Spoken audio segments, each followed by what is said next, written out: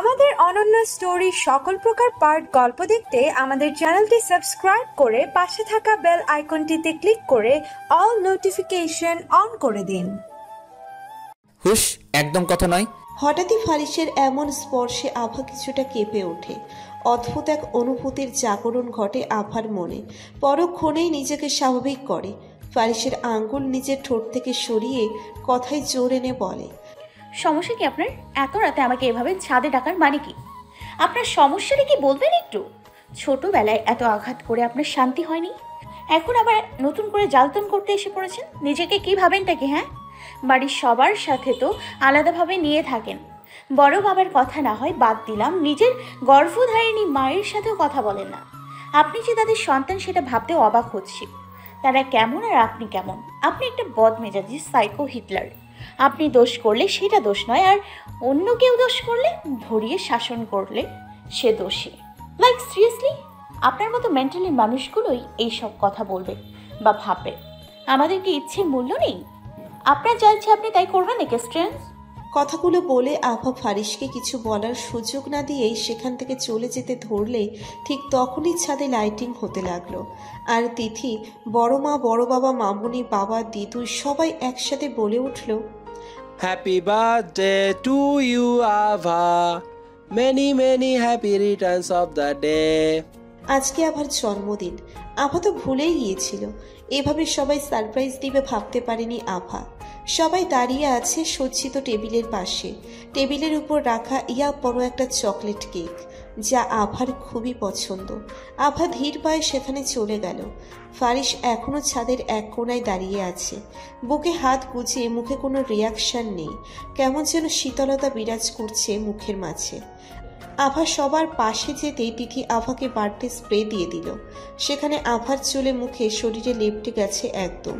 তিথি বলল, নে আফা, কেকটা কেটে ফেল এখন। আভা কেক কাটতে লাগলো।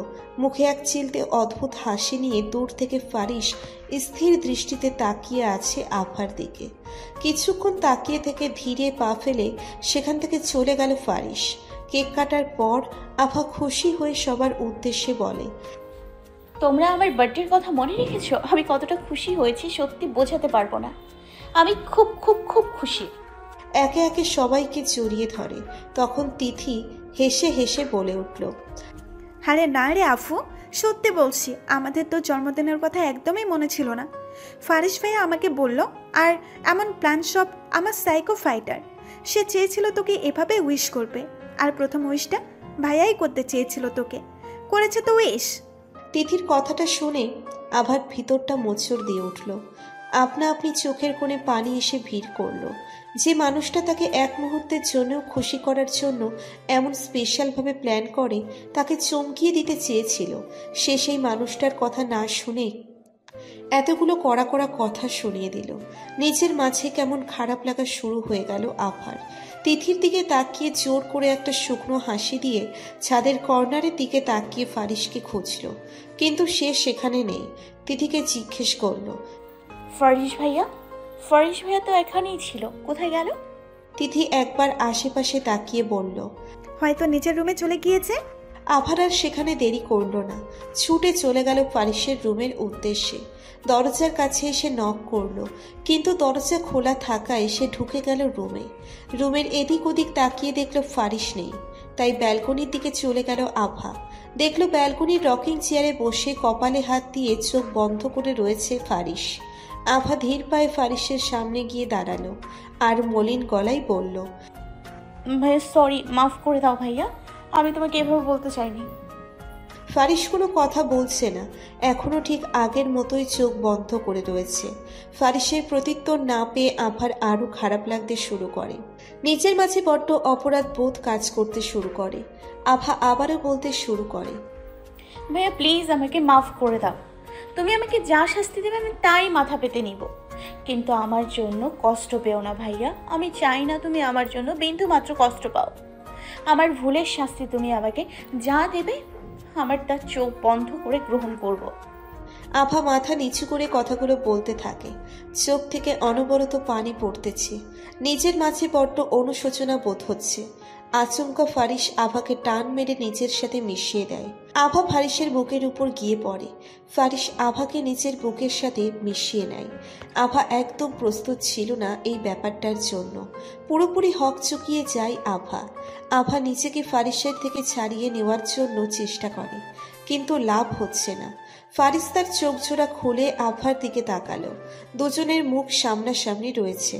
ফারিস তাকিয়ে আছে আভার অদ্ভুত সুন্দর চোখের দিকে। কিছুক্ষণের জন্য আভাও আটকে গিয়েছিল ফারিসের রং ধাঁধানো সৌন্দর্যে ঘেরা চোখ দুটিতে। ফারিস আভার মুখে স্লাইড করতে করতে বলল, তুমি পেরেছো একজনকে অতীতের কারাগারে বন্দী করতে। তুমি পেরেছো জমকালো সেই স্মৃতির ডায়েরিগুলোকে নিত্য নতুন অনুভূতিতে জড়াতে। তুমি পেরেছো ভুলে যেতে, ইগনোর করতে। পারিনি শুধুই আমি তোমার শূন্যস্থানে কোনো তৃতীয় ব্যক্তিকে যুক্ত করতে। পারিনি আমি তোমাকে ভুলে গিয়ে নতুন কাউকে নিয়ে নতুন করে সূচনা করতে। কারণ আমি ভালোবাসাকে প্রাধান্য দিয়েছি, হয়তো তোমার অগোচরে চাঁদ পড়ি। আভা ফারিসের কথার আগা মাথা কিছুই বুঝল না। এই চাঁদ পরিটাকে? আভা কিছুক্ষণ চুপ থেকে ধীর কণ্ঠে বলল, ভাইয়া আমাকে ছাড়ো, আমি রুমে যাব। আমার ঘুম পাচ্ছে, ছাড়ো প্লিজ, ছাড়ো প্লিজ, আমার ভালো লাগছে না একটু। আভার কথায় ফারিসের হাতটা আলগা হয়ে গেল। সেই সুযোগে আভা ফারিসের বুক থেকে উঠে তাড়াতাড়ি স্থান ত্যাগ করলো। ফারিস আভার চলে যাওয়ার দিকে এক ধ্যানে তাকিয়ে আছে। আভা নিচের রুমে গিয়ে পায়চারি করতেছে। ভাইয়া ওসব কি বললো আর কাকে বললো? চাঁদ পরিটাই বাকি, যাকে ভাই এতটা ভালোবাসে সে ভালোবাসার মানুষটাকে এতগুলো কথা না বললে আমাকে কেন বললো এসব? কিছুই মাথায় ঢুকছে না আমার। আভার ভাবতে পারল না, শুয়ে পড়ল। মাঝরাতে আবারও আভা অনুভব করলো তার দিকে কেউ এক নজরে তাকিয়ে আছে। আভার মুখের উপর কিছুক্ষণ পর টপ করে এক ফোঁটা পানি পড়ল। কেউ তার মাথায় হাত বুলিয়ে দিচ্ছে আর বিড়বিড় করে কিছু একটা বলছে। আভা এখনো চোখ খিচেই রয়েছে। ভয়ে চোখ খোলার সাহস পাচ্ছে না একটুও। কিছুক্ষণ পর অনুভব করলো তার আশেপাশে কেউ নেই। আভা তাড়াতাড়ি চোখে খুলে বেড সুইচটা অন করলো, কিন্তু আশেপাশে আর কাউকে দেখতে পেল না। মুখে হাত দিয়ে দেখলো যে তার মুখের উপর পানি। তাহলে কি কেউ সত্যিই আভার রুমে এসেছিল? কিন্তু কে আসতে পারে? আভার ভাবতে পারছে না। মাথা ভো ভো করতে শুরু করে। এদিকে দূর থেকে ফজরের আজানের মনোমুগ্ধকর স্বর ভেসে আসছে। আভার ঘুমালো না। ব্যালকনিতে গিয়ে রকিং চেয়ারে বসে তাকিয়ে রইল। সকালে পাখির কিচিরমিচির শব্দের কারণে আভার ঘুম ভেঙে গেল। কখন যে চোখ দুটো মুটে ফেলেছিল খেয়ালই নেই আভার। চেয়ার থেকে উঠে নিজের রুমে চলে গেল। ফ্রেশ হয়ে রেডি হয়ে ডাইনিং রুমে যাওয়ার সময় একবার ফারিসের রুমের দিকে তাকালো। দরজা খোলা নেই আজ। নাস্তা করে আভা আর তিথি স্কুলের উদ্দেশ্যে চলে গেল। পরীক্ষার আর বেশি দিন নেই। স্কুল থেকে নোটিশ দিয়ে দিয়েছে। ক্লাস শেষে আজ আভা আর তিথি হেঁটেই আসতে ছিল। বাসার উদ্দেশ্যে হঠাৎই চৌমাথায় রোদের সাথে দেখা। দোকান থেকে কিছু একটা নিচ্ছে। তিথি কপাল কুঁচকে একবার রোদের দিকে তাকালো, অতঃপর আভাকে ইশারায় রোদকে দেখালো। আভারও কপাল কুঁচকে আসলো। দুজনে বড় বড় পা ফেলে রোদের কাছে যেতেই রোদ দেখেও না দেখার ভান করে পাশ কাটিয়ে চলে যাচ্ছিল। তখন তিথি রোদকে ডাক দিল, আরে স্যার, আপনি এখানে? আপনার নাকি কি সমস্যা তো সলভ হয়েছে কি?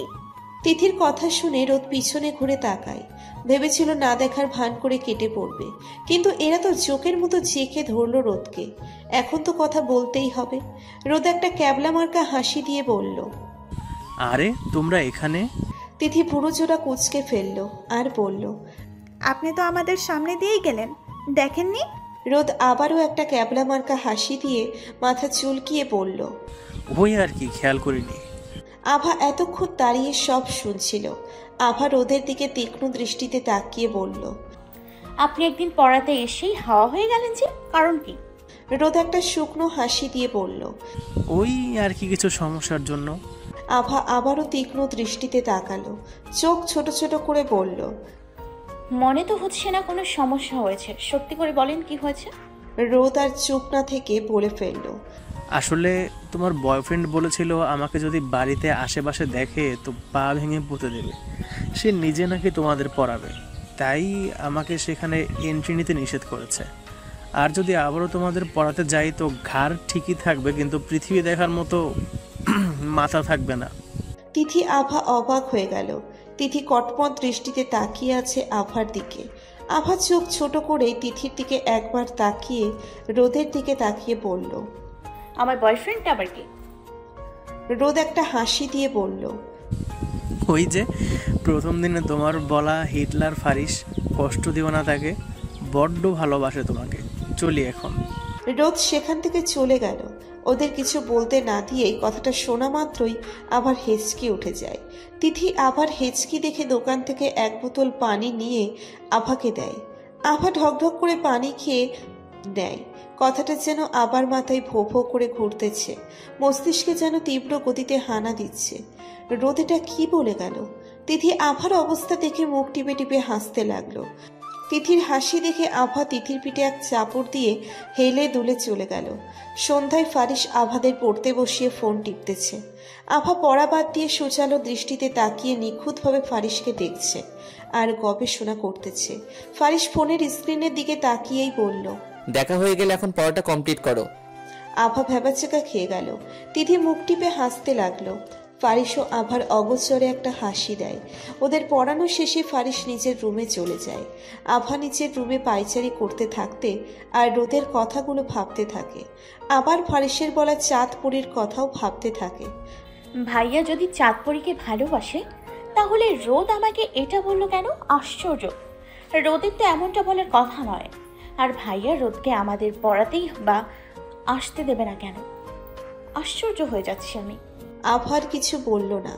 আভা মনে হয় ফারিসকে নিয়ে একটু বেশি ভেবে ফেলতেছে। এমনও তো হতে পারে ফারিসের মনে আভার জন্য কিছুই নেই।